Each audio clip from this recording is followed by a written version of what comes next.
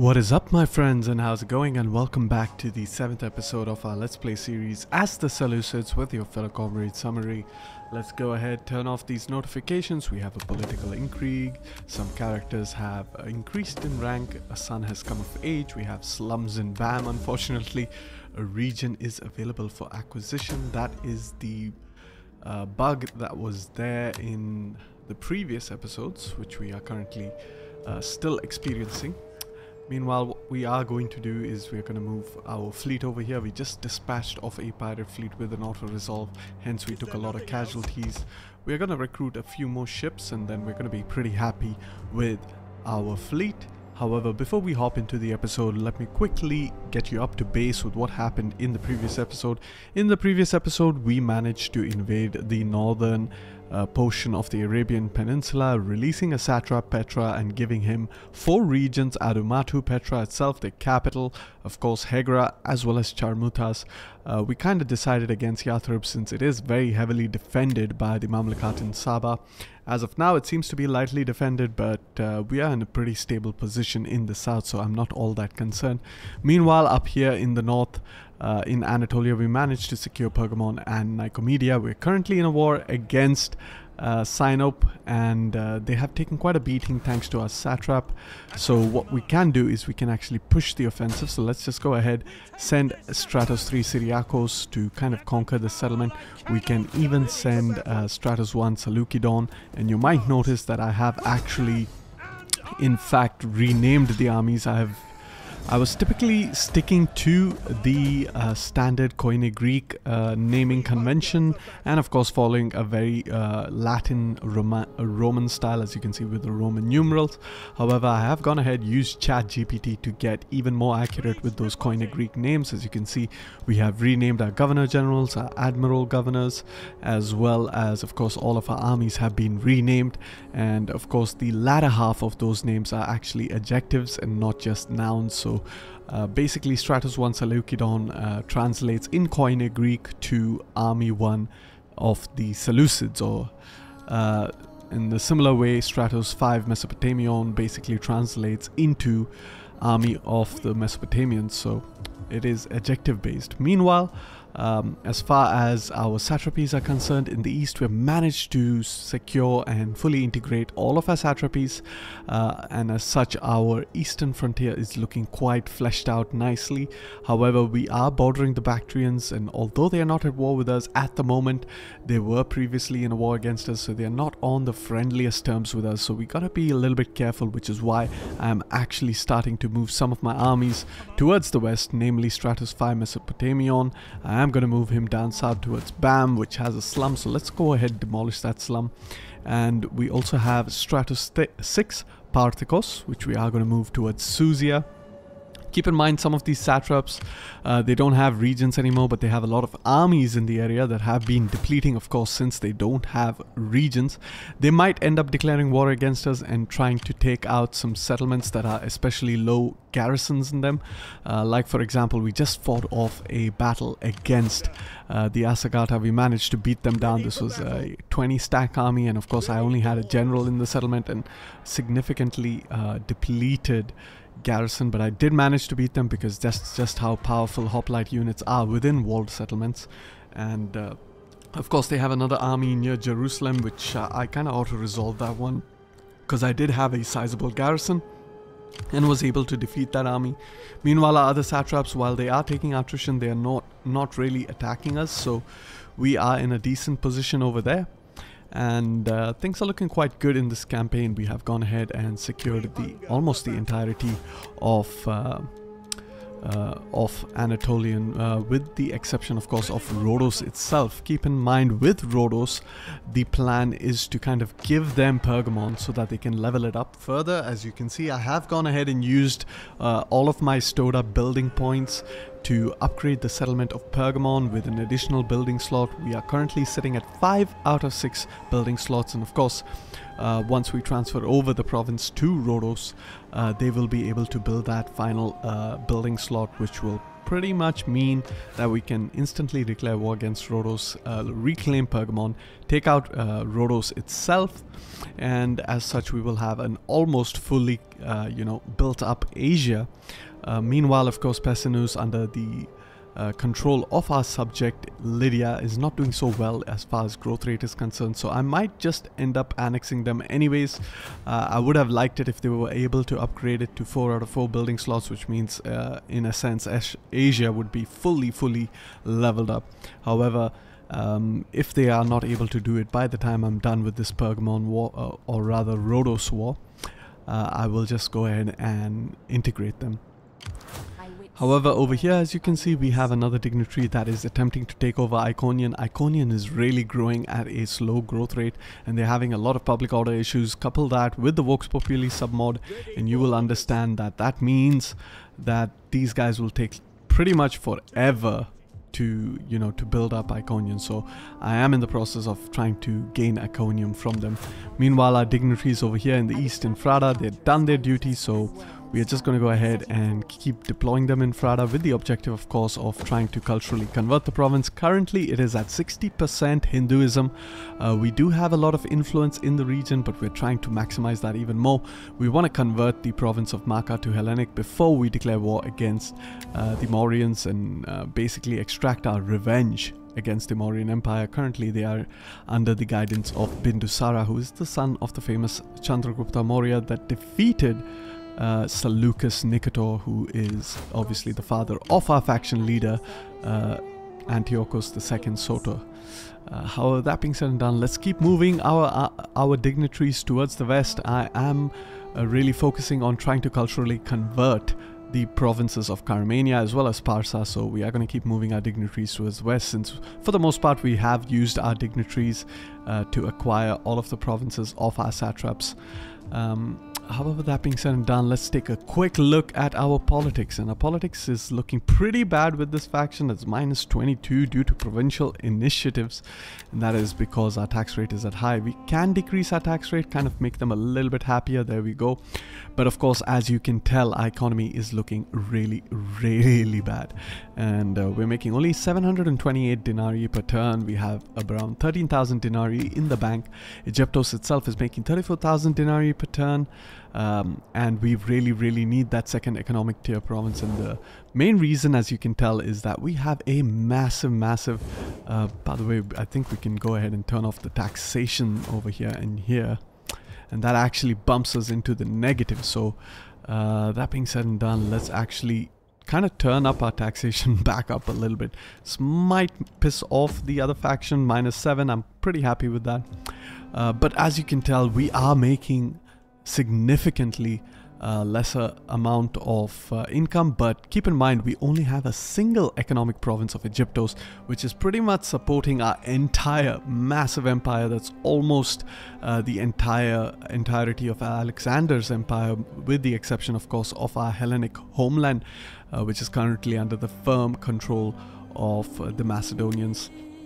That being said and done, in Africa we have the Romans. They have completed and consolidated the province of Africa, which means they will be able to, attack us. They don't have any treaties with us, so I am in the process of moving Stratos for Egyptos towards Kyrene in order to defend the province of Libya, which is our extremely western frontier in Africa. So that's pretty much it. Apart from that, we have about 11 armies in total, starting all the way up top with Stratos 1 Seleucidon.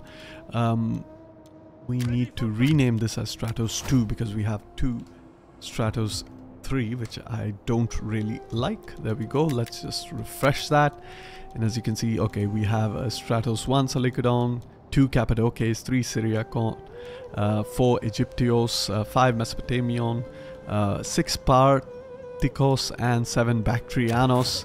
But the thing is, although we have technically 4 more armies, Stratos 8 Persicos, Stratos 9 Thrakon, Stratos 10 Macedonicos, and Stratos 11 Hellenon are pretty much just placeholders. We are not yet building troops for those armies, and that is obviously because we do not have the funds to support those troops. Meanwhile, with Stratos 9th Recon, I'm just building up the infantry, mainly the phalanx infantry, including the silver shield pikemen as well as the shield bearers, because I do intend to replace the ones that are slightly inferior in Stratos 7 Bactrianos. However, with that, I think I am done with this turn. All I need to do is go ahead and dismantle some of these buildings. Make sure I keep dismantling that. We have a spy over here that could possibly attack. And the real threat is obviously Zranka, because they have recently been annexed, which means they haven't really depleted all that much. So maybe perhaps I should try assassinating their faction leader, and he is within range, so that is pretty much good news. Of course, if I could also simultaneously assassinate the other character that's all the way over here, he's the new Shah, we would be able to wipe out the faction. So let's actually try to do that, get our spy all the way down south over there. And hopefully in the next turn we should be able to assassinate him. However, once that happens, this army over here will regenerate a new general, so we might have to assassinate the general of this army all over again. So yes, that being said and done, without any further ado, let us go ahead, end the turn, and I will see you all in the next turn. Alright guys, welcome to the next turn. Mission is successful, we got some money. Of course, region is available for acquisition, that is the same old bug. We are still in the process. We have a 48% chance of acquiring Iconian, and of course our armies in Sinop should be kind of fully replenished, which means we can start to move them towards Ankara. Ankara is in the process of getting a level 3 barracks, so we are going to go ahead and replace those hoplite over there. What I can do is just simply disband these hoplite units and kind of wait it out. Meanwhile, Zranka has moved a little bit further towards Nicomedia, which is kind of good news. The more number of turns they stay away from attacking us, the more likely we are to wipe out the faction. But let's not just wait for that. Let's go ahead and try to assassinate the faction leader over here. Hopefully we're successful. We aren't, so there's no point really doing it for the other character. Let's have a very quick look, of course, at our buildings, and we want to maximize all of our buildings, of course. But we do not have the economy to do so. I have gone ahead and destroyed the outpost over here, since I have unlocked and I've pretty much no major need for growth rate anymore, and I'm going to focus on building up my economic potential over there. Meanwhile, we can take our fleet and dock it into the port of Salamis. We could upgrade the settlement in Mios Hormos, since we do have enough growth points to do that. However, I am trying to accumulate 7 growth points so that I can upgrade Alexandria, which is the capital of the province, instead. So let's just go on to the next. And over here we want to build a farms, because this is going to be a food province. We are quickly going to turn off the growth rate edict over here, since we don't require it over there anymore, and we are going to turn on the sell slaves edict over here in Bithynia at Pontus. Next up, of course, Galatia at Cappadocia is fine. What we also want to prioritize on is, of course, building up those academias, as well as maximizing our sanitation buildings, the gymnasium, because both of these buildings give empire maintenance buffs, as well as, of course, the academia gives you your research rate buffs.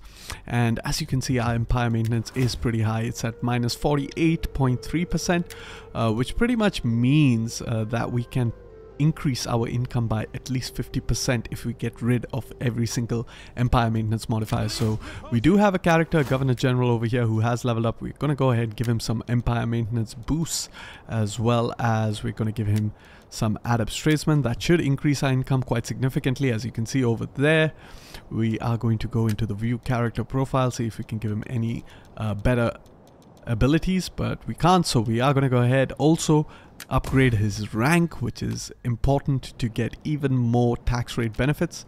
Apart from that, we can also marry off some characters, so let's go ahead and marry off Archelaus. I'm pretty happy with that.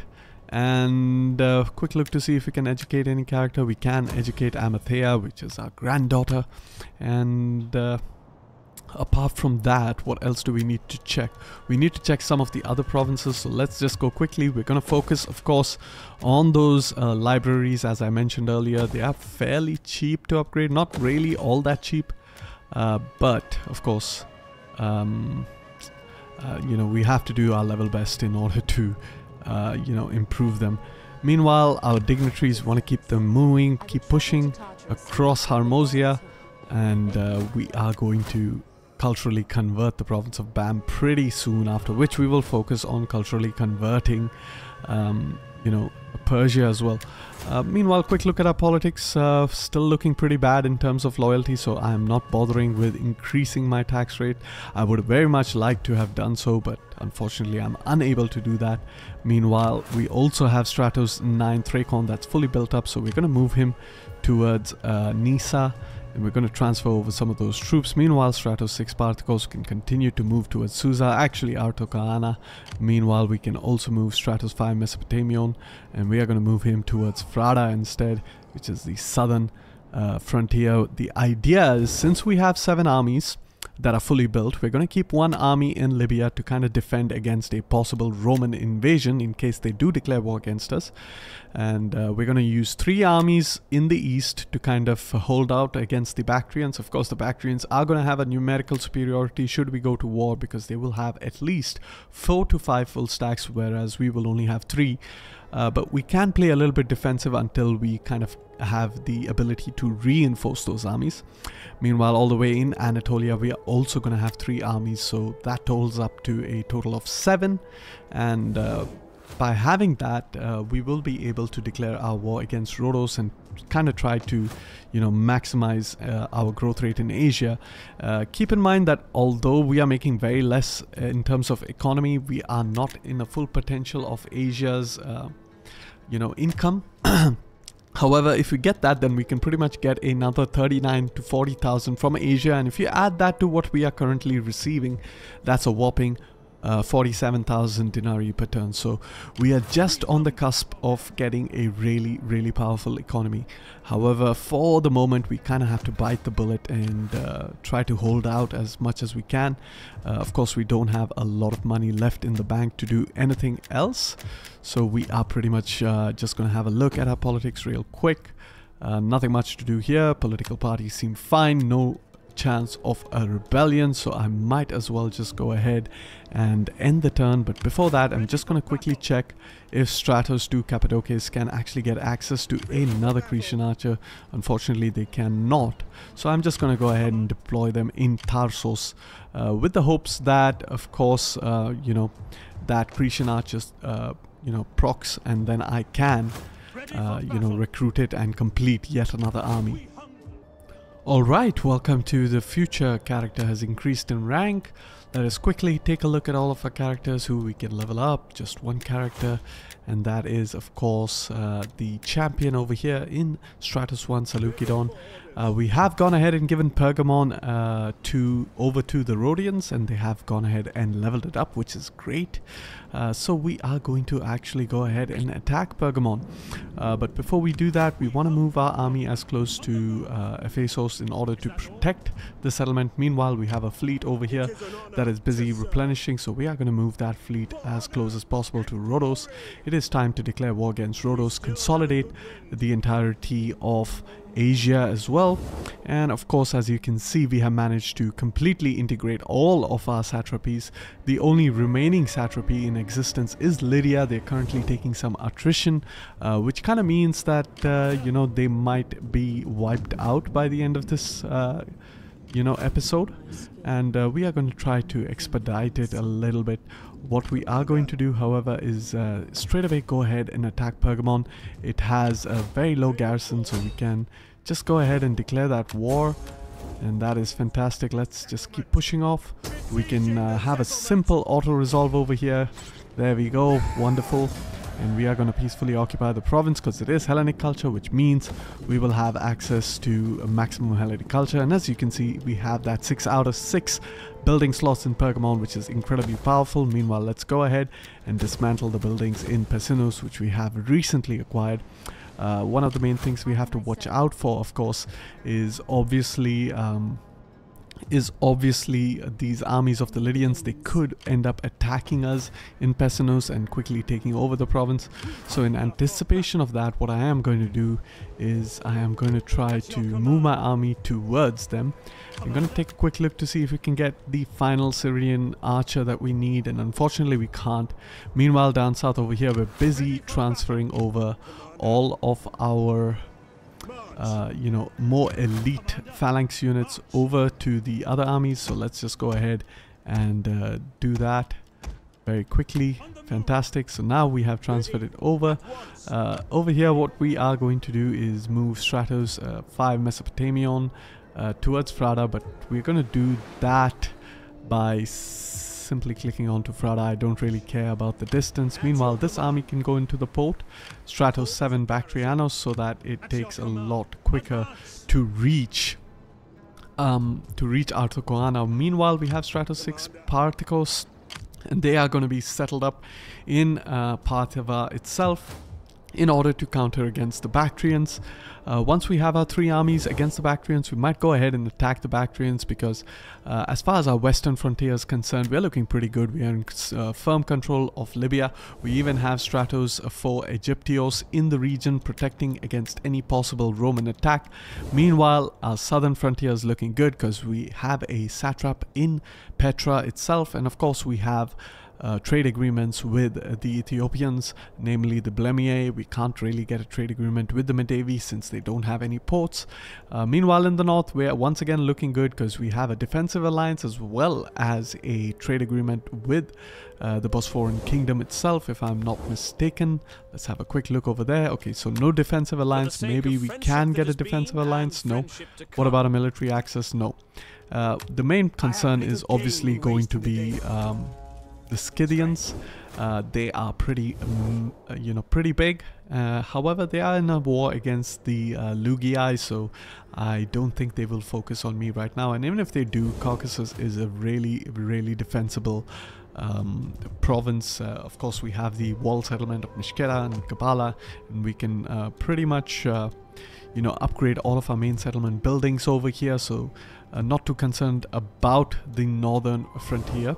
The only main concern is of course our western frontier, because the Antigonids could possibly declare war against us and try to cross the Bosphorus Straits into Nicomedia, but Nicomedia is a major settlement, and of course you know, we are going to be able to defend Nicomedia quite easily from the Antigonid or possible Antigonid attacks. However, in the east we have the Mauryaans and we have the Bactrians, and of course we also have the Varism. All 3 of these factions I intend to completely annex and you know, secure my eastern frontier, because once I end up doing that, then I don't have to care about the east for the rest of the campaign, because obviously the campaign map reaches its maximum bounds and there are no further factions to the east of these regions. So that will be the priority in this episode if we have enough time, but we are definitely going to initiate a war against the Bactrians. I know most of you will be disappointed because you would have expected Antiochus III or Antiochus the Great in order to you know, annex all of these provinces, as he historically actually subdued the east and was one of the great Seleucid rulers, of course, after Seleucus Nicator. However, this is a sandbox game. It's not going to be entirely historically accurate, but of course we haven't yet even you know, got Antiochus III via an event that is scripted in the base DEI game. We have got Antiochus II, but not Antiochus III yet. We might in fact even get a Seleucus before we get an Antiochus III. However, not to worry, Antiochus III will still be a force to reckon with within this campaign. Of course, we have the Romans to deal with, which historically Antiochus the Great lost against, and pretty much that triggered the decline of the Seleucid Empire. However, in this alternate history version, we are going to take the fight to the Romans, the Carthaginians, and beyond with Antiochus III, who is one of my favorite characters in Seleucid history. That being said and done, since we have kind of you know, secured our position over here in Pergamon, and we are in a position to defend over there, we eventually want to take over the province of Asia itself by capturing Rhodos, which means we will need a dignitary in the region. But for now, what I want to really want to do is I want to get a dignitary somewhere over here. Let's get this guy over here, and he should be, he should gain some levels. That is, of course, because we do have an inn in the province. So if we take a look over here, we have an inn, and an inn gives an extra experience gain for all new agents, which is absolutely amazing. We also want to get a spy in the region, and I am actually going to get a spy down south over here. That is because I want to send the spy towards Bactria. We currently have just one single spy near Marv. I want to have another spy somewhere over here, which is a very strategically important pass over here. It's a mountain pass that kind of links up Bactria and Capizine, and whoever controls this can pretty much control the province of Bactria, which is very important. Of course, even Bactria as a settlement itself is super important strategically, because from Bactria you can easily access Eucritidea, Capizine, you can access even Marakanda, Bukhara, Amul, Marv. It's really well positioned, Bactria, as a region in the east, but it's not going to be easy to take over Bactria. We're going to need quite a lot of armies over there in that region. Lastly, we also want to get a champion, but since we don't have enough money and I don't have the champions we want, what we're actually going to do is, I don't really care, I'm going to go ahead, disband these champions. Hopefully we'll get a good champion. I'm just going to do 2 for now. And of course we also have to level up this spy. We're going to give him any cunning abilities. There we go. Let's go ahead, keep giving him all of those skills that we require, focusing on that success chance, as well as the assassination, as well as, of course, the army sabotage abilities, so that our spies, for the most part, I kind of use them for assassinations or even army sabotage. However, that being said and done, I think I'm done with this turn. Of course, our politics is looking good. Our characters have leveled up even further. We can go ahead and marry off this character. We have enough funds to do so. We're getting more and more characters are coming of age. Unfortunately, we don't have a lot of money to engage in politics at the moment. We are not able to improve the abilities of our characters, but we have certain characters that have been significantly leveled up. But as you can see, our economy is starting to look quite good. Our taxation is on high. I can drop it to low to improve our political party opinion of us. And as you can see, Egyptos is making that 45,000 denarii per turn, and Asia is already at 18,000 denarii per turn.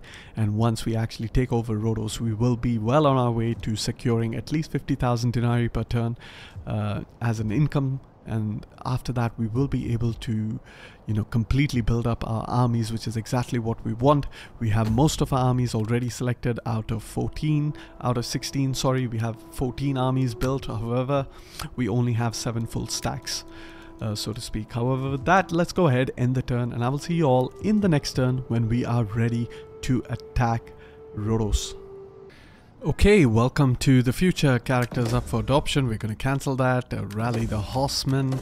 Some characters have increased in rank. We're moving Stratos 7 Bactrianos towards Suzia. Meanwhile, we are also moving Stratos 5 Mesopotamion towards Arthokoana. And we should be able to have our eastern frontier secured. Meanwhile, our spy is making a move to be deployed somewhere in between Bactria and Eucritidea. Meanwhile, all the way in the west, of course, the Lydians are still trying to attack us. We have recruited some mercenaries just to prevent them from declaring war against us. They are pretty weak right now. They have recruited some mercenaries themselves. We have that final level of Cretan archer at long last, and we are going to move really close to that army just to prevent them from attacking Pessinus. Since we have recently acquired the region, we don't have a lot of garrison within the settlement, so that is a little bit dangerous. Meanwhile, we are not too concerned about this Lydian army over here, because Ephesus has a pretty decent garrison.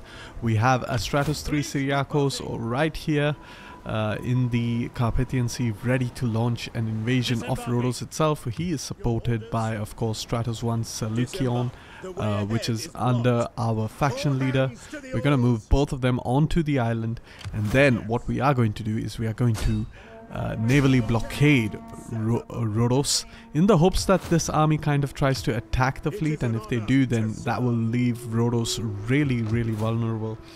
Meanwhile, our economy is looking pretty pretty weak for the moment. It is winter, which means we make a lot less income per turn.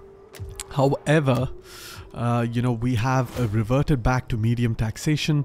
As far as our political party loyalties are concerned, we are looking very, very loyal indeed. We can go ahead and upgrade this character as well to get some more wealth over there. Meanwhile, our empire maintenance has dropped all the way down to -10 because we are promoting characters, we are building those academias as well as sanitation buildings. And as far as technology is concerned, we are almost done researching the labor organization within the philosophy tree, and this line is really powerful in the mid game because not only does it give you tax rate, it gives you empire maintenance, and keep in mind that these bonuses are actually cumulative. So that means the 2% tax rate from legal documentation adds to the 3% tax rate from legal institutions. So if you consider all of them, that totals up to +15 tax rate. And of course, if you take the empire maintenance discounts as well, that is a -16% empire maintenance, and that means -16 plus 15 in total, that is +31 boost to, or +31% boost to your entire income. Let's take a quick look at our character, see if we can level anyone. We can level the Admiral General of Mios Hormos, so we're going to go ahead and do that. That should give us a little bit more income, and of course our income is starting to look really powerful. We have 46,000 in Egyptos itself. Of course, Asia itself is just pulling in 17,000. That's because we haven't fully consolidated the province. Meanwhile, we have a dignitary. We're going to move him up towards Ephesus and deploy him over there near the monument in order to boost our tax rate over there. We have some other dignitaries down here, and currently I'm in the process of moving them down towards Libya, so just in case we are going to attack the Romans in the future, or have the Romans attack us, we will have some dignitaries at hand that will be very useful in culturally converting the province. Meanwhile, over here in Mesopotamia, we have Stratos 9 Thrakon that's finally making a move back towards Thapsacos, and we can go ahead and disband all of these units over here. And I'm guessing this unit over here, we have 3,600 as well as close to 1,200, so that's 4,800 denarii that will be added on to our net income. So that's going to be great once we are able to disband them, because keep in mind the bronze shield pikemen as well as of course the Seleucid hoplites are kind of outdated for now. Apart from that, I don't think there's much else left to do in this turn. I basically wanted to show the current situation as it were. Not really many battles to be fought. Of course, we are also slowly moving towards the frontier against Bactria, which means in shortly we should be able to declare war against them. From what I can tell, they have an army over here in Nisa, and of course they might have some armies over here in Haraiva as well as Bactria, so we're going to have to be very careful in declaring this war against them. Of course, we have 3 armies in the region, but they are far going to outnumber us. As far as our military technology is concerned, we have completed the advanced cavalry tactics, which means we are in the process of acquiring the royal stables. As you can see, in about 8 turns we will be able to complete our royal stables, which means we get access to the Syrian war elephants. Keep in mind, these are the 3rd best elephant units in the game that fall behind the Mauryan royal elephants and of course the Mauryan tower elephants.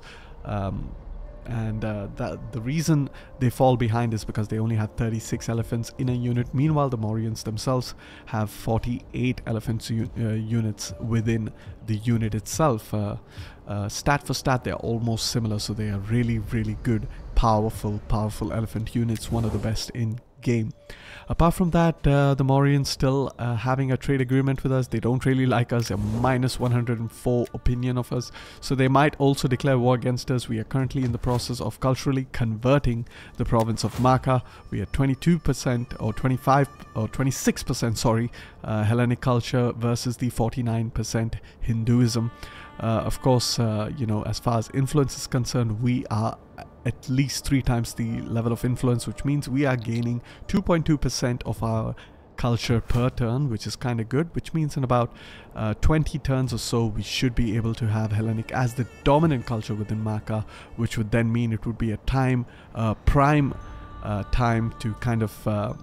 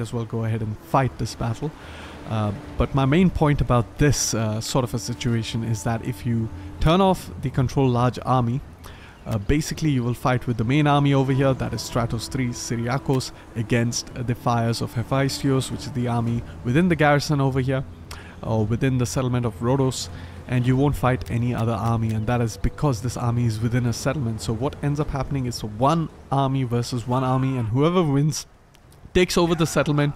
You don't really have to fight any of the other troops, and so that makes the battle a lot more easier. So let's go ahead, quick save over here. I'm gonna hop into the battle, and I will see you all in the battle. Alright, here we are in the battle. We have gone ahead and arranged our army. We have our famous silver shield pikemen in the center, and they are flanked by our shield bearers on the flanks. Really beautiful looking units, as you can tell. Of course, we have our Cretan archers all the way in the back, our mercenary Cretan archers with those bright shiny shields with tanks of Izuru Alexander. Of course, on the right and left flanks we have our Peltaste supporting them, as well as our Turiophora Yuznoi. I'm sorry, in this army we actually have Galatian warriors, which are a armor-piercing kind of a warrior. Meanwhile, we have our Syrian AOR mercenary elephants, and of course we also have our Hippias Agamatos behind them, supporting them. And of course we are up against the Rhodians, who are defending their capital city. They are just reeling from the loss of Pergamon, and of course you can see they are playing it very defensively, so I'm gonna have to push up to them. So I waste no time, and I kind of push up forward against them. Of course, I'm marching up my units, my pikemen, and I intend to form a line over here and kind of draw in all of their units to fight against my front line. Meanwhile, I'm moving my Cretan archers to the side, towards the flank over here, and the idea behind that is I want to be able to fire my missiles on the unshielded side. Of course, some of my units are going to take a little bit of damage. The enemy over here manages to get kind of a charge off, but I quickly stop and I quickly engage in that phalanx formation. Of course, I kind of lose the initiative over here, but it's nothing too concerning. Of course, we are now in that pike formation, and very soon when my archers unleash their volley, they are going to absolutely decimate this unit. Meanwhile, I am trying to move my right and left flank of cavalry around, try to see for a possible opening. And currently at the moment we don't really have an opening. Of course, this cavalry unit is kind of isolated, and I deal with it later, but for now I am really trying to deal with this unit that has kind of caught up to my front lines.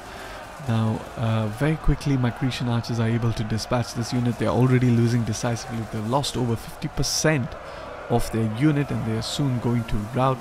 Meanwhile, the enemy Peltaste, the enemy have Cretan archers of their own, and these guys are really deadly. Of course, they are firing into our units, and there's not much we can do about that. So I decide over here, since these units are not actually engaging me, I decide to move up my front line a little bit in order to entice them to attack. Meanwhile, I'm keeping a close eye out for these units because they are just broken. They are not completely shattered. And of course, I do have some cavalry over here in the back. We have our Hippias Agamatos on that left flank, which I will use to attack those units. Meanwhile, these Peltastes, or sorry, Cretan archers, have been taken care of, so they are also kind of broken. Over here, the enemy Hoplite have engaged my own pikemen, but they're not going to fare well, as you can tell over here. They are getting absolutely obliterated. Being shot at from the side with Cretan archers is pretty much a death sentence, because Cretan archers, keep in mind, have a lot of armor penetration, so they're absolutely going to be able to shred a hoplite unit. And as you can see, the very first hoplite unit is already down by almost 70%. Meanwhile, they are going to fire at the second hoplite unit. They're firing at the third.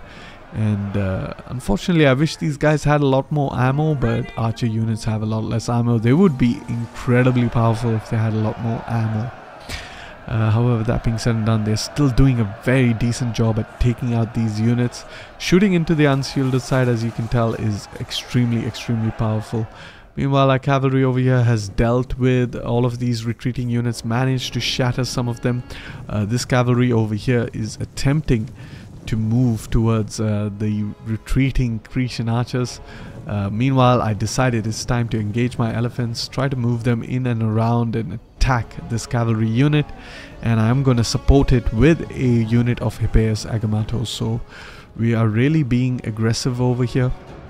We're trying to push in as safely as possible. We're trying to hope that the enemy commits all of its melee troops to the melee engagement that's happening over here at the at the entrance towards the city. However, they are not fully committing, and that actually creates a lot of problems. As you can see, we could potentially take out these units. However, unfortunately, since they do have a hoplite unit nearby, we can't really use our cavalry on the right flank. So yeah, definitely fair play by the AI. Meanwhile, we are moving our cavalry that has just dispatched those Grecian mercenary archers, and yeah, things are looking quite good. Meanwhile, I realized that, my support troops aren't doing really all that much in this battle, so I decide to move them closer to the front line so that they kind of use their javelins against the enemy front line. Meanwhile, my elephants have managed to get a charge off against this unit. They're not going to be doing a lot of damage, obviously. The main objective over here is to soak up all that enemy charge and then use my own cavalry to charge into the enemy. And now these guys are going to be the real damage dealer. As you can see, a lot of the enemy cavalry are being taken down, and very soon they're going to be completely annihilated. They are losing men really fast, as you can tell. They're losing at least 4 or 5 men per second. And of course, our elephants being ever so useful, firing some of shots off against the enemy missile units. Of course, these are Rhodian slingers. They are some of the best slingers in the game.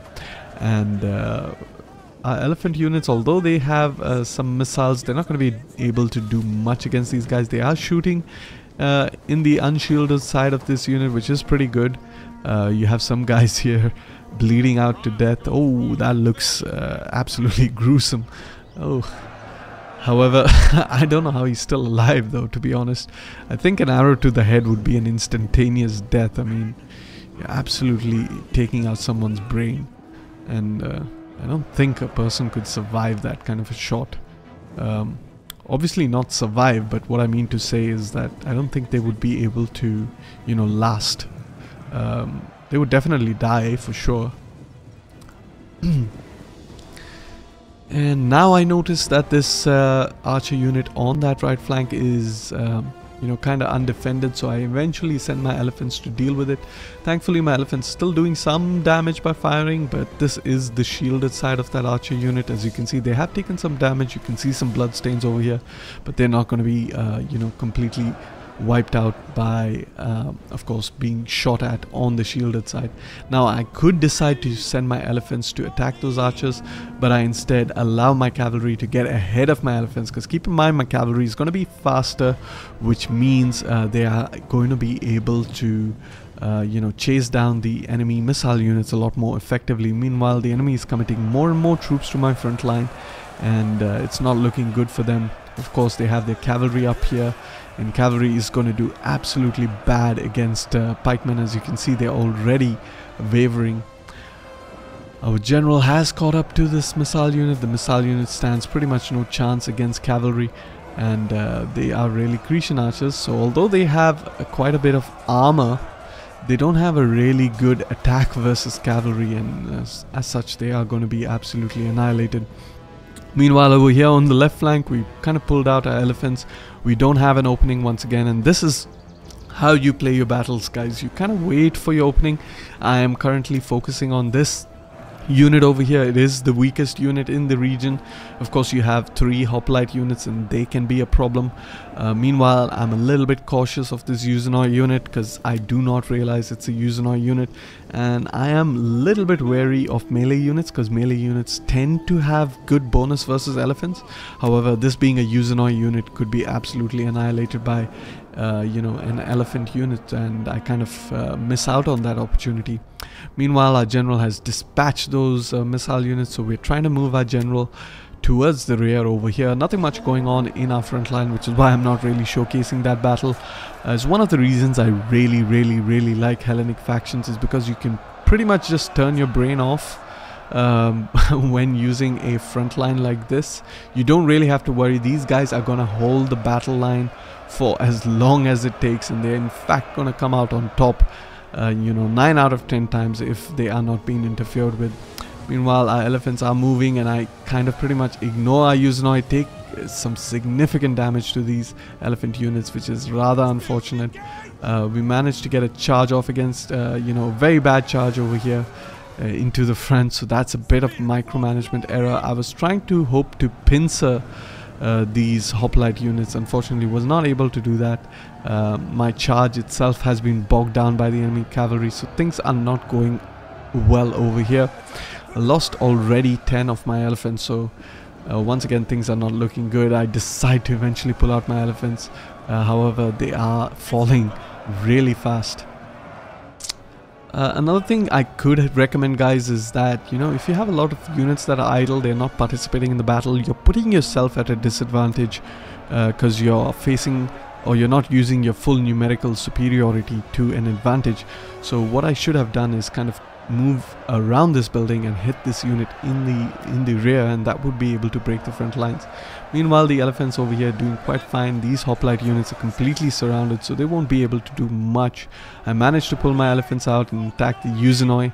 However, it is too little too late. We are taking some serious casualties. We've taken a lot of damage from missile fire from the Uzenoi. Keep in mind, that's why I absolutely love the Uzenoi. They are 300 men strong. They come from the cheap population class. Of course, you know, we are about to win the battle, so there's not much to talk about. But the Uzenoi, being that cheap population class, having so many missiles, so many men per unit, they can really annihilate an elephant unit if they are ignored. So pay close attention to what your enemy has. One of the things I don't do before a battle, and I think I'm going to incorporate it as I have learned my mistake in this battle, is that before I even initiate the battle, I am going to pause and have a look at each of the enemy units, and I'm going to recommend you guys do the same so that you kind of understand what are their strengths, what are their weaknesses. You can better plan your you know, your attack and how you wish to tackle the fight.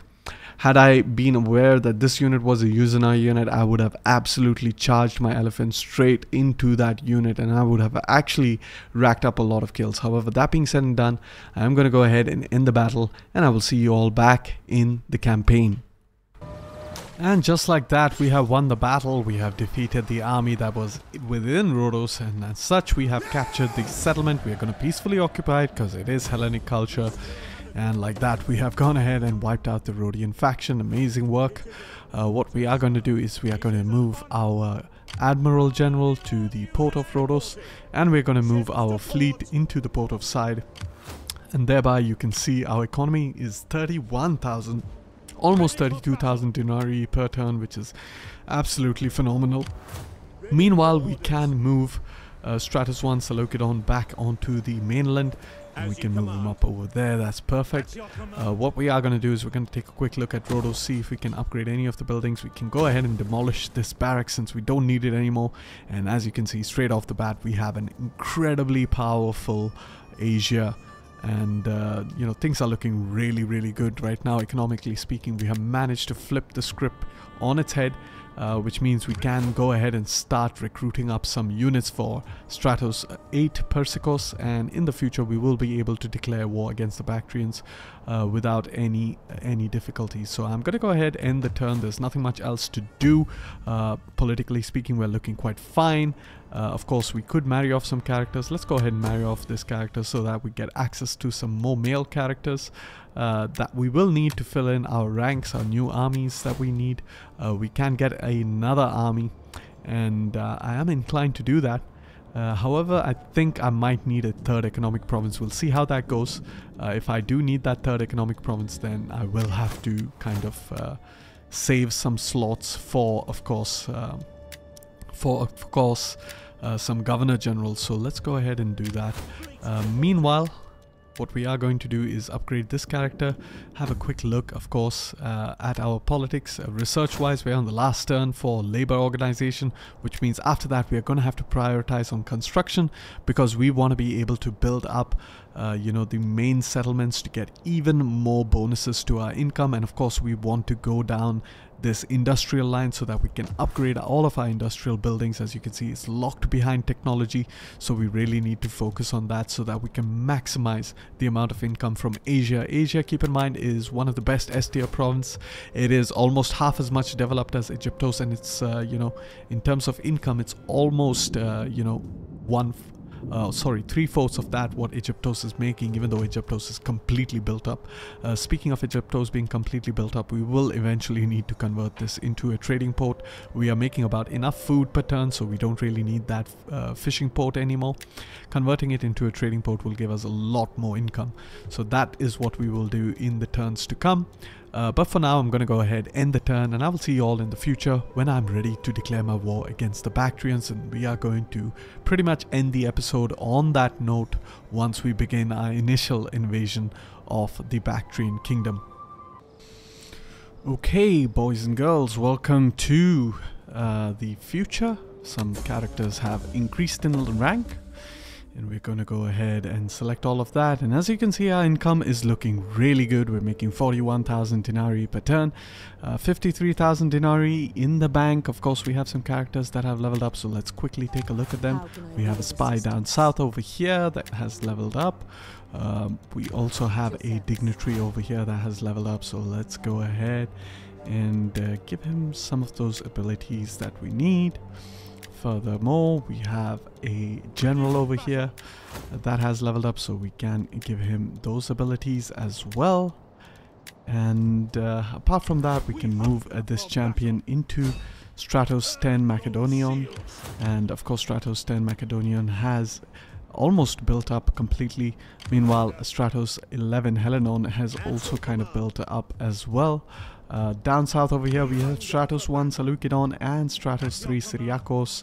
The main reason I have deployed them over here is because we can get those Syrian war elephants with them, so that is obviously going to be really powerful.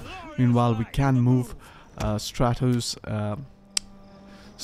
9 Trachon, and what we want is we want at least 3 of these guys to transfer off into Stratos 10 Macedonicos, and we need about 4 of these elephants. And apart from that, we're going to take a quick look at our provinces. We can upgrade some of the buildings over here.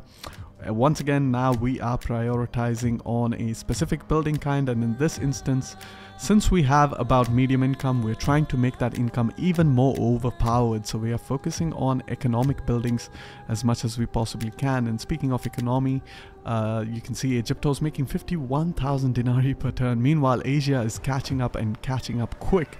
It is making 45,000 denarii per turn, so just about 6,000 denarii per turn behind that. Asia is incredibly powerful. Meanwhile, all the way towards the east, we have Stratos 6 Persicos making a move towards the east in order to supplement our armies. We have some armies over here in the region ready to invade Bactria. As far as I can tell, Bactria has a lot of armies over here in Transoxiana. We're going to try to sabotage the settlement again, get a line of sight. As you can see, they have 3 full stacks over here, 1 in Bukhara, 1 in Markanda, 1 near Eucritidea, and of course they have 1 in Bactria. Apart from that, they have 2 more stacks over here, 1 very close to our settlement in Artokoana, and the other one just outside Nisa. So what I assume is that this army cannot reach Marv, so it would be an ideal time to actually attack the Bactrians. However, before we do that, let's take a quick look at all of our provinces. I don't think we need to build any buildings as of yet. We're looking quite good as far as economy is concerned.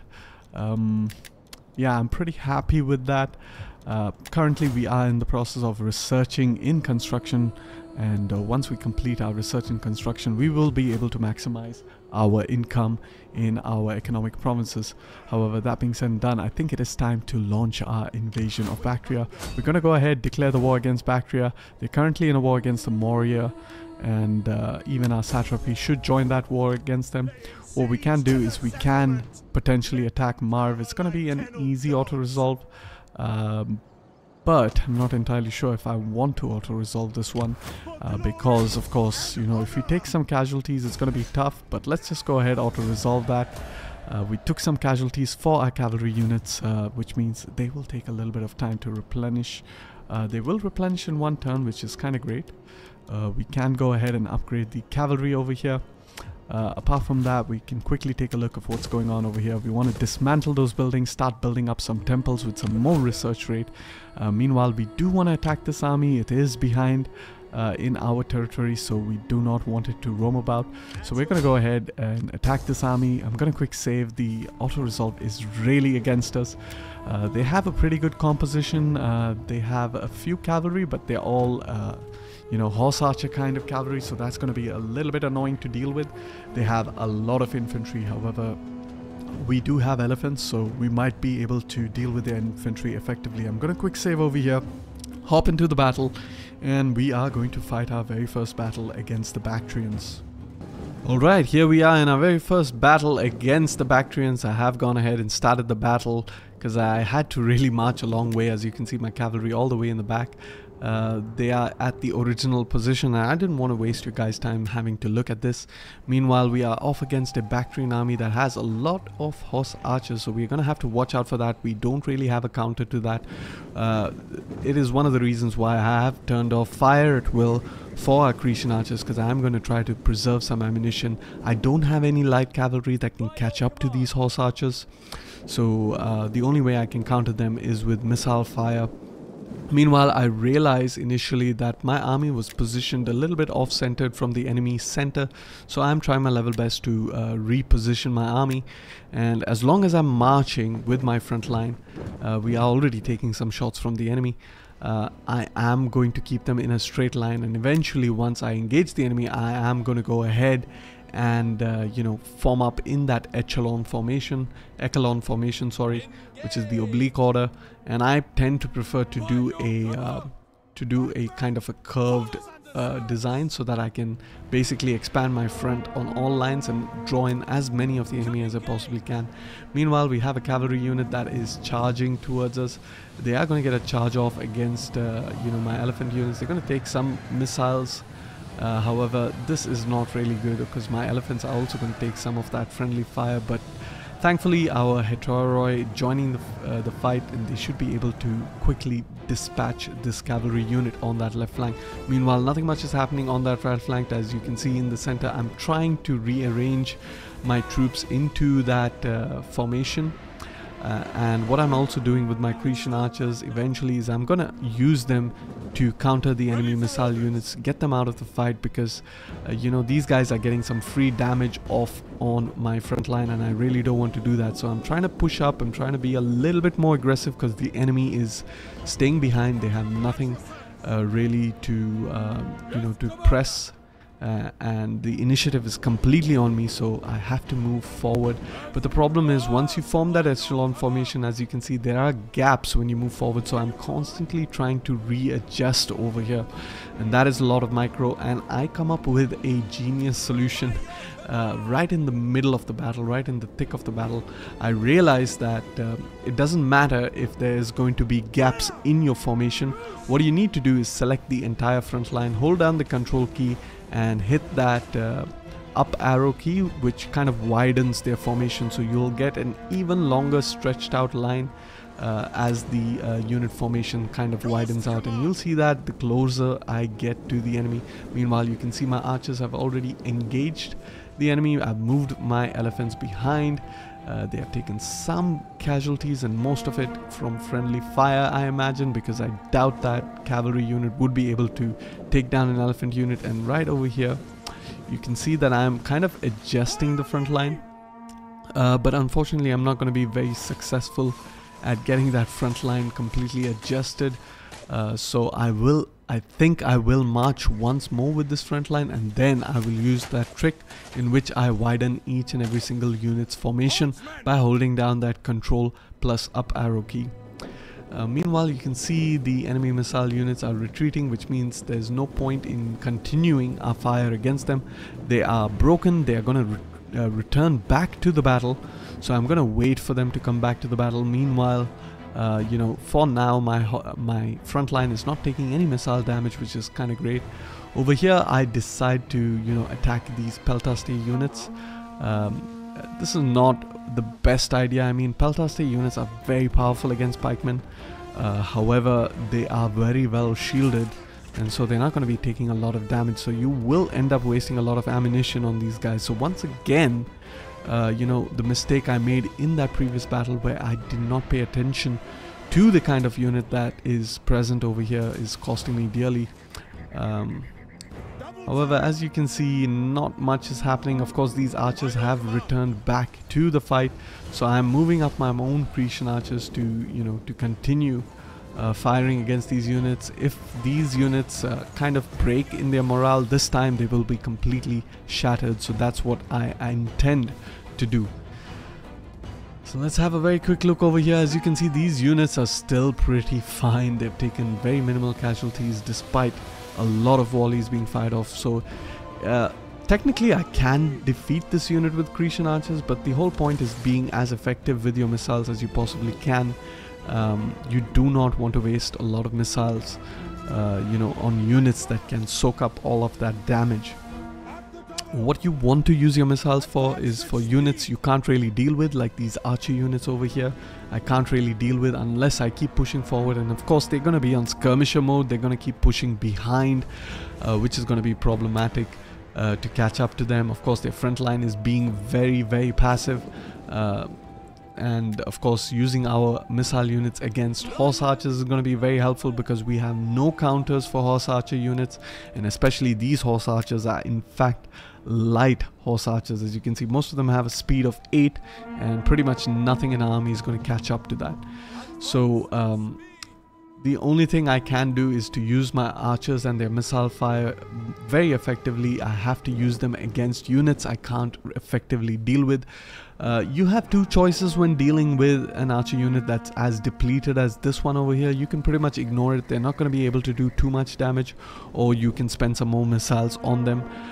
Technically, the better option would be to just simply ignore them. 85 men firing, you know, arrows is not going to do a lot of damage, so they're pretty much useless. And once again, you're not being effective. And yes, right over here you see I get kind of fed up with the passiveness of the enemy, so I'm kind of moving my phalangite closer, and as you can see I'm widening that formation, and that nicely closes up the gap over there just in time for the charge. And we're doing that in a very good synchronization over here. We are slowly moving up, and I realized this in the middle of the battle, which is why you see it's not that efficient. However, in future battle I will make it more efficient. So what I do here that I consider to be wrong is that I move each and every single unit individually up, and then I kind of try to spread out their formation so that they close the gaps, as you just saw. Meanwhile over here I moved my archers closer to the enemy horse archers. I'm hoping that they get within range. Once I'm able to deal with them, then I will be able to use my cavalry. As you can see, most of the enemy is committing to my front line. I have a big massive front line thanks to my formation, my curved formation. It's giving me more of a surface area to kind of deal with the enemy units. And as you can see, we are very, very well secured. We haven't taken a lot of casualties. Meanwhile, our Grecian archers are going to keep firing at these cavalry units. They're already starting to take some casualties.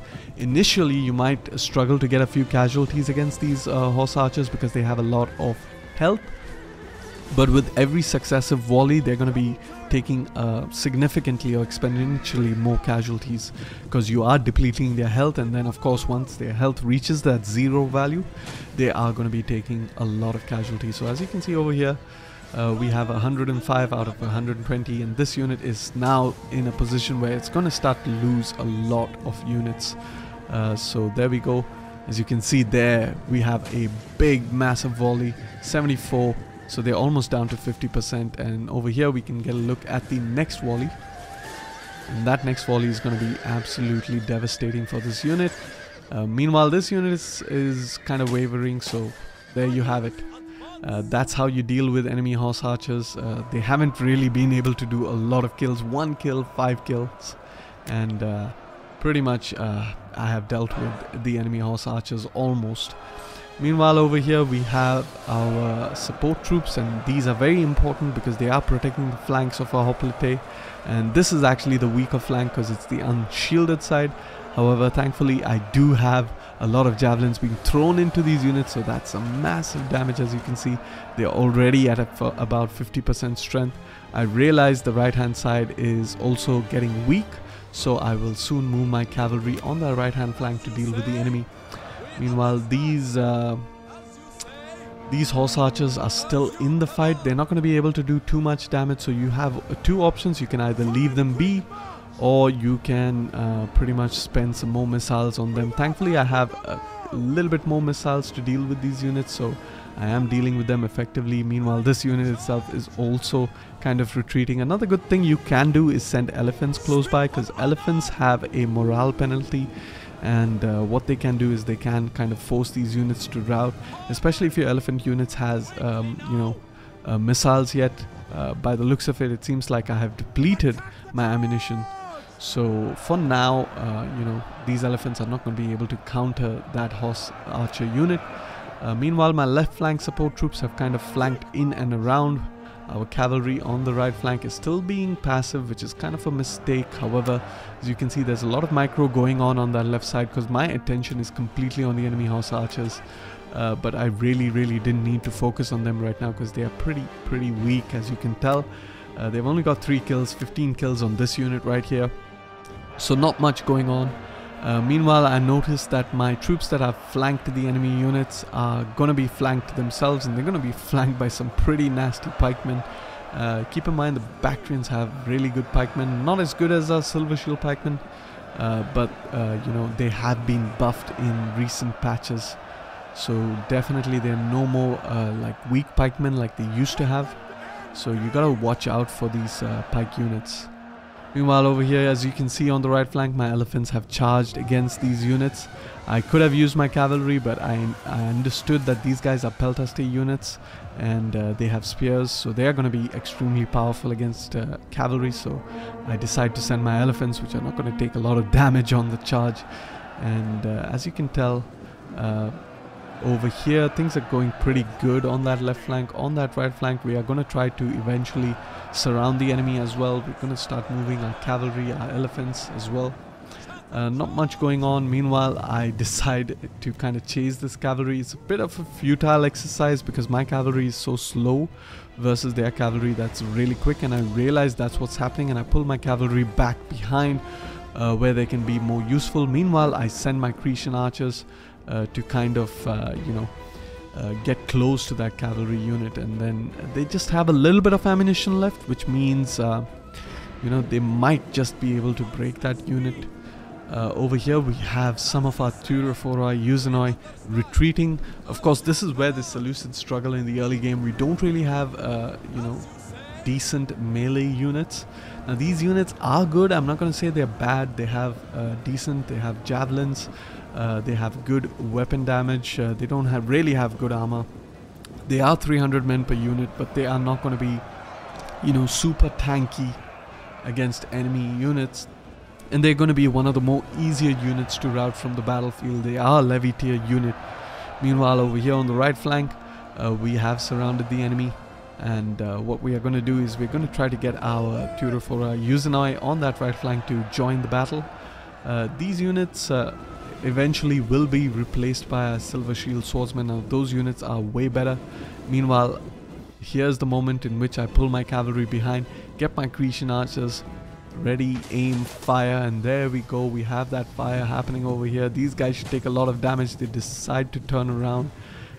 Actually a very good dodge over there on the missile units, but here comes the second volley, and they're not going to move for that second volley. They're going to sit there and eat all of that damage.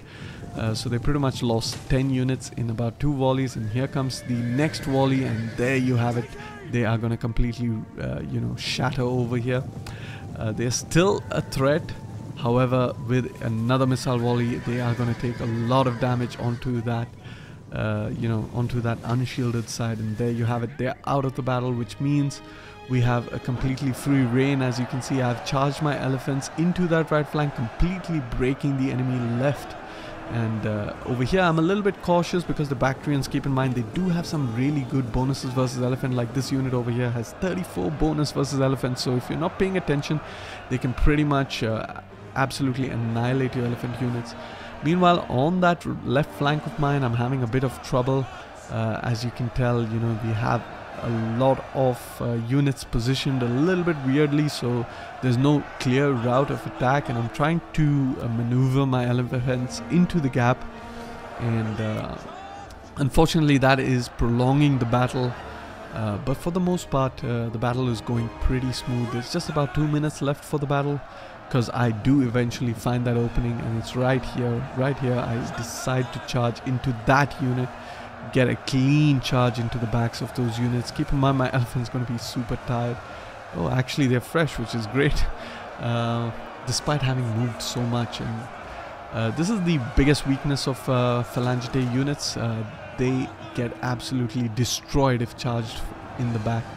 And now I realize that these elephants are going to be in a dangerous situation. They're surrounded by pikemen, so there's not much I can do. Once again, I have some elephant units over here that are freed up. I'm using my cavalry pretty much to wrap up, you know, not much my general is doing, which is rather surprising. But I eventually decide to kind of chase down some of these routing units with the general. Meanwhile, over here, moving my elephant units once again, trying to, you know, to get a good flank off against this unit. They're going to lose decisively, which means I'm going to break yet another pike Phalangite.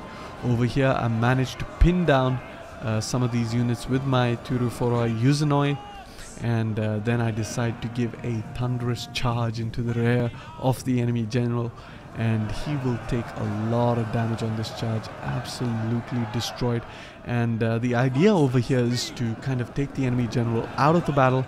If we're able to kill him, that will create a severe morale penalty to the entire army, and I think the entire army is weak enough at this point to kind of surrender. Meanwhile, my elephants over here just waiting for the ideal and opportune moment to attack. I realize that this unit is getting engaged, which means if I move my elephant around, I will be able to hit this unit in the rear, which is another phalanx unit. Should be very, very easy to dispatch with that strategy.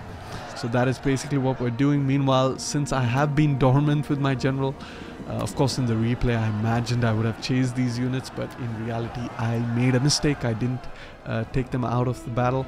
However, right now I am focusing, of course, on dealing with this situation over here, that I didn't really care about these units. So what we are going to do is we are going to perform that charge right now into the backs of that Phalangite unit. There's not much they can do. Our elephants are still active, fresh, so they're going to be doing a lot of damage over here. Let's count and see the damage.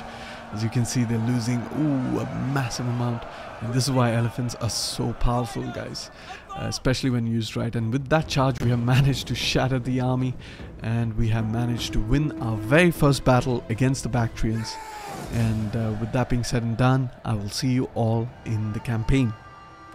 Alright, with that we have a pretty decisive victory against the Bactrians. We managed to wipe out most of the armies, leave just a couple of light troops. We are going to go ahead and start enslaving captives in order to increase our slave population. That really helps with our buildings. We're going to move our army back into Nisa so that I can start to replenish.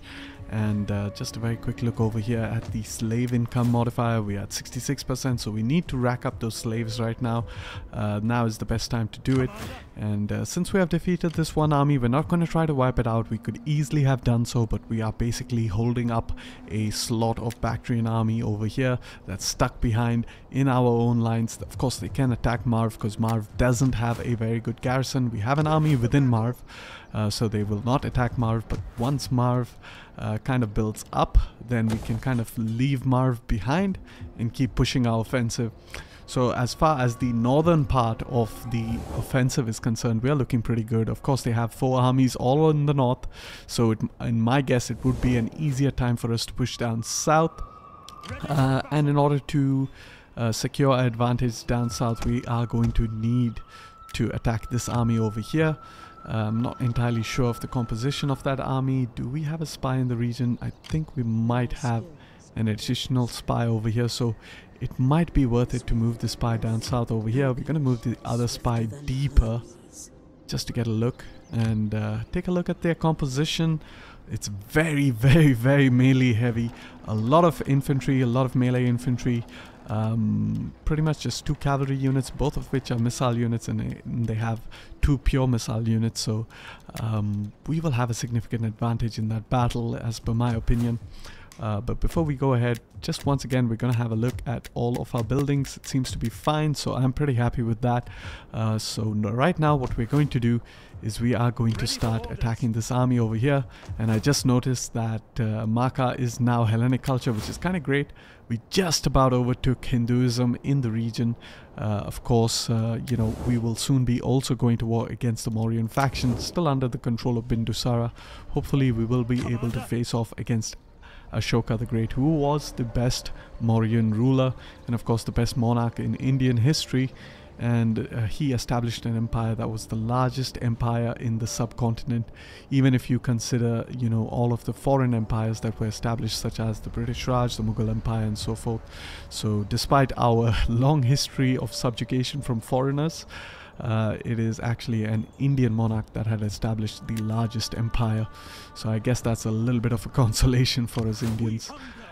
Anyways, without any further ado, let's go ahead, attack this army. It's not going to retreat. The auto-resolve is going to be heavily in their favor because they have a lot more troops since they are infantry heavy. We got to keep a watch out for these units over here. They're very good against elephant units, as are these mercenary units, as well as these two-handed axemen.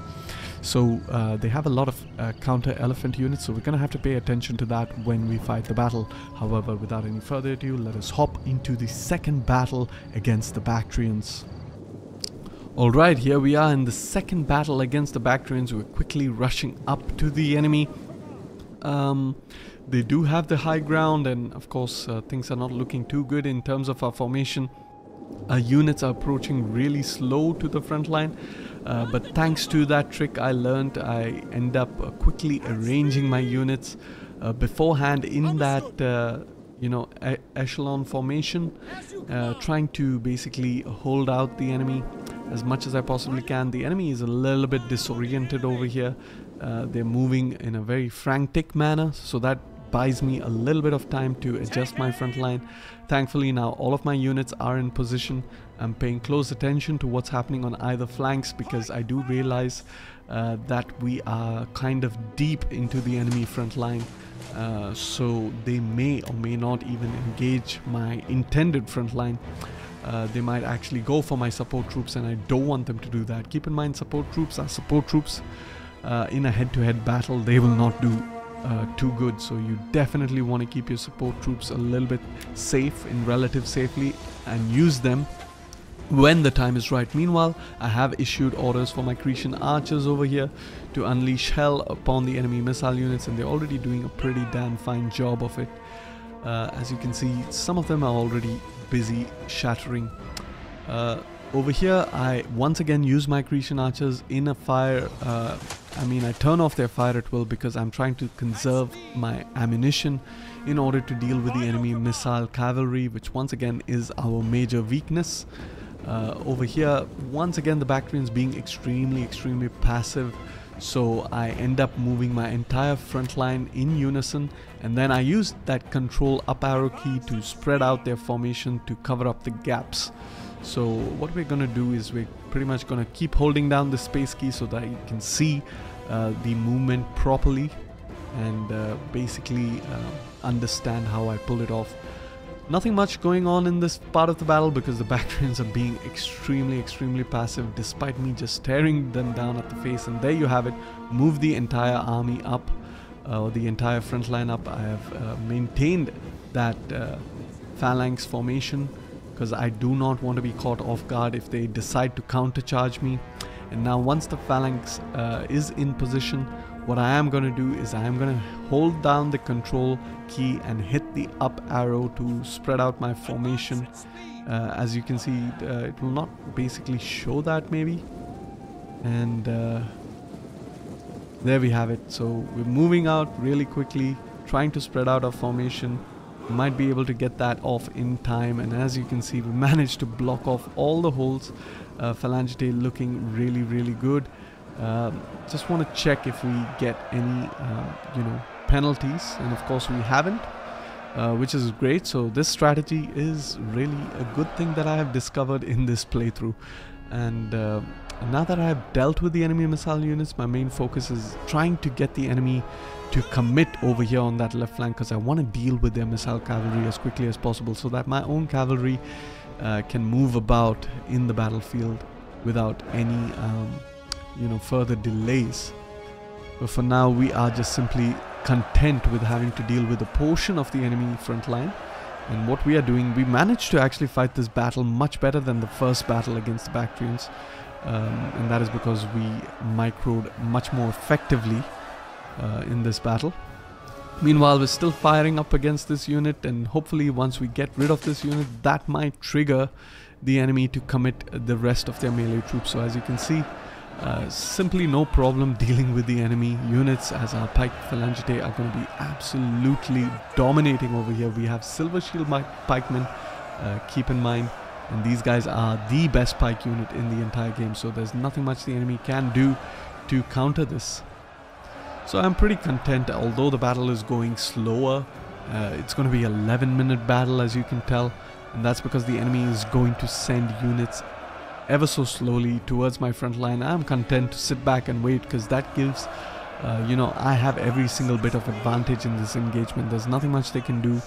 As long as they sit behind, they're not really causing any trouble to me, so I am not too concerned, to be honest. And as you can see, the enemy left flank is moving in towards my right flank. They're really moving in, and that's what you want to see. You want to see them commit to your right flank so that you can then start your maneuvering. Once the hammer and anvil is in place, you will be able to attack. But I do recommend being very patient, maintaining your formation and not trying to advance your troops. And there you have it, yet another enemy troop making a unfortunate charge against a wall of pikes. And now that these cavalries are closer, I am using my Cretan archers to dispatch them. They're gonna be doing some significant damage because this cavalry is kind of turned around and they don't really have shields. So there we have it. They're absolutely destroyed, absolutely shattered. So there you go. You can see more and more of the enemy units committing to my front line. As of now, my front line hasn't taken a lot of casualties. With the exception, of course, of this unit.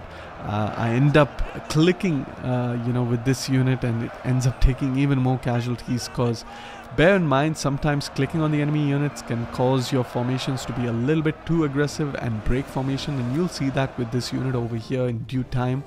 And they do end up taking some unnecessary casualties. Meanwhile, my Turophora Usinoi managed to charge into the enemy. They're going to hit the enemy unshielded side, and they're going to be doing decent damage as a Levitaire unit, of course. I'm not too concerned. Meanwhile, this cavalry unit is trying to make a dash for my Usinoi, trying to, attack the Usinoi, and they're going to be doing some damage to the Usinoi, unfortunately. But this is the moment I decide to start maneuvering my left flank, because my left flank is free now. There's nothing really that can, disrupt my left flank.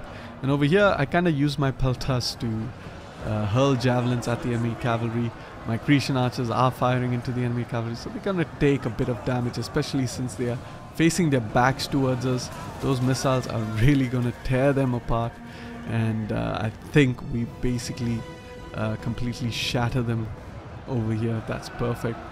And it's a perfect time to actually turn around over here with the elephants, and I guess I do that perfectly because you have a phalanx unit over here that we can charge into, absolutely destroying it. Let's have a look over here. Big damage. A lot of these units manage to push so deeply into this unit, and they just take a lot of damage on that charge. They're just going to keep dropping like flies, and they will rout without a doubt. Here you have a phalanx unit that's trying to be a little bit smart. They have completely ignored my front line, and they're kind of moving around. They eventually try to move around and hit my phalanx unit from behind, but these support troops are always going to be a thorn on their side.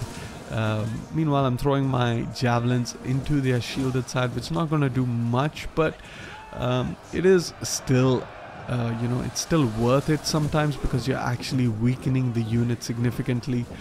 You're decreasing their armor and health. You can't really decrease their armor, but you can decrease their health. which is obviously going to be a great thing. And the more they keep moving, if I do have some more javelins, I am going to be able to get some shots off in the rear.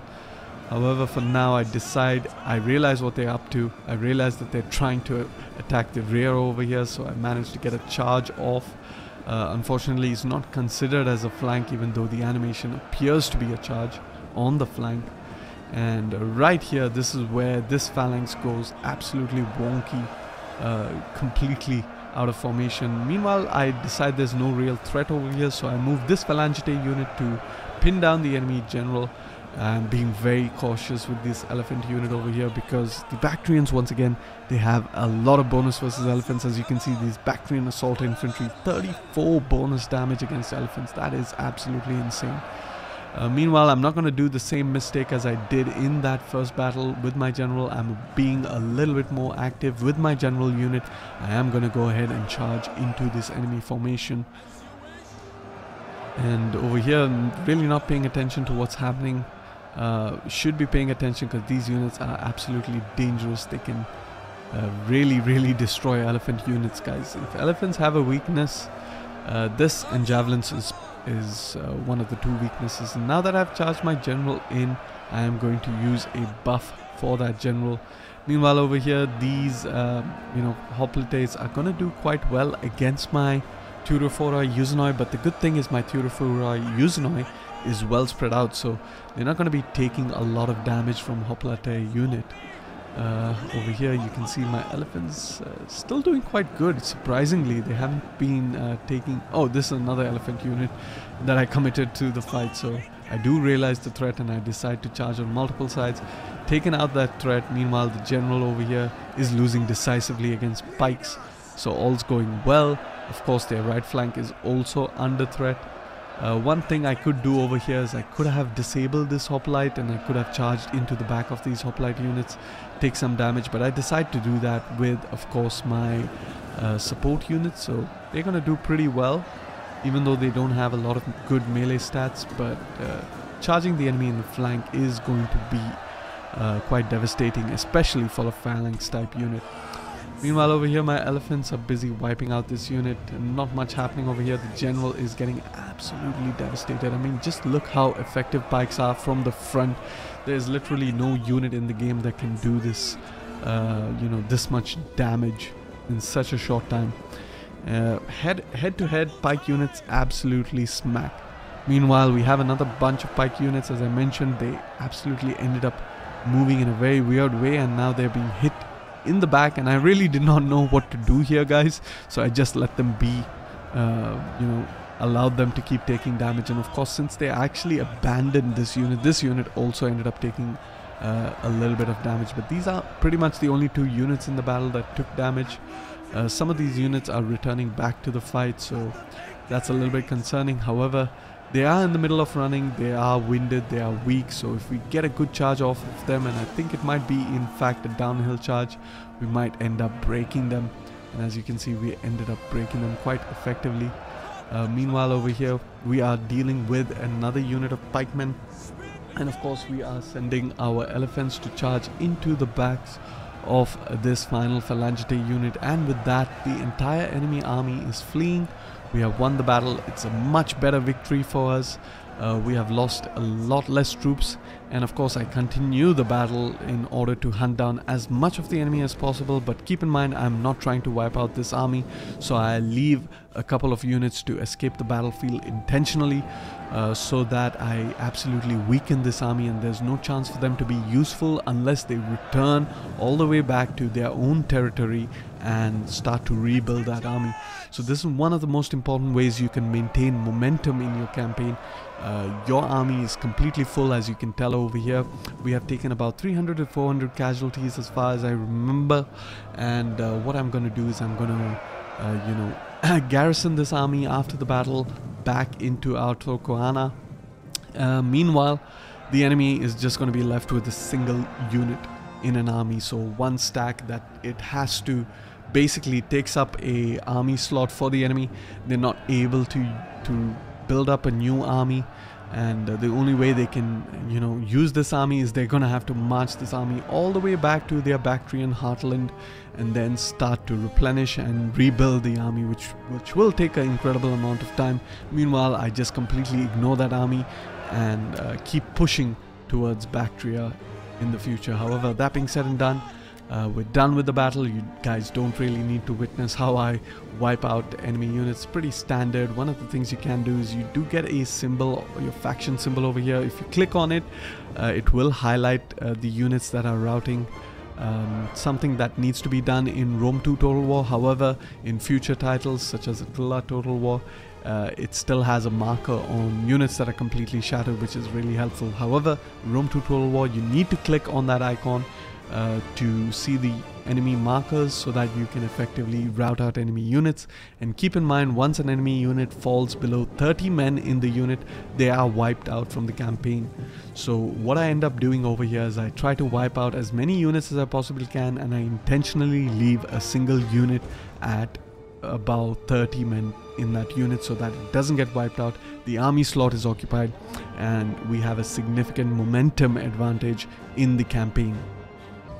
And with that, we have yet another decisive victory against the Bactrians. They're just left with a single unit over here. We're gonna go ahead and slave all of these captives, push that army further behind. We should be able to replenish in this turn. However, what I am going to do is I'm going to focus on obviously getting some of these army traditions, move this army back into Arthokorana. I'm not going to keep pushing my offensive, although I could do that, get a quick hold of Bactria over here. That would be a super powerful play, but I am going to play it a little bit patient. I am going to go ahead and of course, you know, get Stratos 8 Persicos involved. Another possibility I could you know, pursue over here is that I could make a move towards Capacine, but in my opinion I think taking Bactria is going to be the power play. It is a walled settlement, which means if we are able to conquer Bactria, we will be you know, in firm control of the war against the Bactrians, because as you can tell right now, Bactria is the central region. It is a walled settlement. It's very close to Eucatridea, as well as of course Capacine. Marakanda, Bukhara is accessible from there, and even we can easily access Amul from Marv itself. So really Bactria is that most powerful thing, and I think that's what I'm going to be going for in the next episode.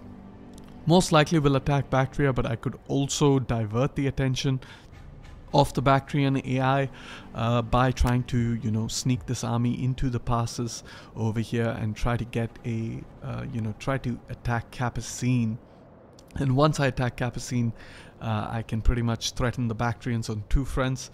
I also negate the importance of this, you know, strategic mountain pass, because if they do decide to come up through the mountain pass, I can respond with my Capacine army over here. However, if they come from Eucratidea, I can once again you know, respond really quickly to that army movement. Meanwhile, I will have 3 armies up here in the north.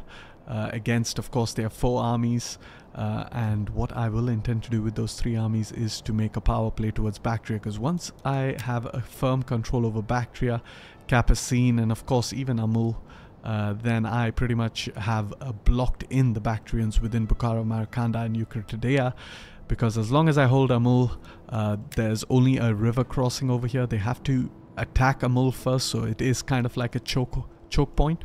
Meanwhile, Bactria, as you can tell, is a massive choke point. It pretty much blocks out Eucratidea. Meanwhile, Marakanda and Bukhara have to cross this river down over here near the bridge over there, as you can see. And, you know, so Bactria is very, very powerful as a settlement of strategic value. So as long as I hold these 3 regions, which will be the priority in the beginning of the next episode, then I think I will be easily able to defeat the Bactrians despite my, you know, inferior numerical numbers or whatever. However, that being said and done, I think I'm almost done with this episode. One final thing I could do is I could start to recruit a couple more units. And I think that's exactly what I'm going to go for. I'm going to start deploying Stratos 2 Cappadoces over there in Mazaka. Get 4 of these guys. We want to get 10 of these guys, or as many as we possibly can. We don't have enough income for that. but what I'm trying to do is I'm going to try to move around some armies, try to fill up these armies. We have 4 armies currently that are not you know, at full strength, of course, and we are going to try our level best to you know, maximize or make them a full strength, because as you can tell, we have 2 full strength armies down south over here. We have 1 full strength army in Kyrene. We have about 4 full strength armies in the east.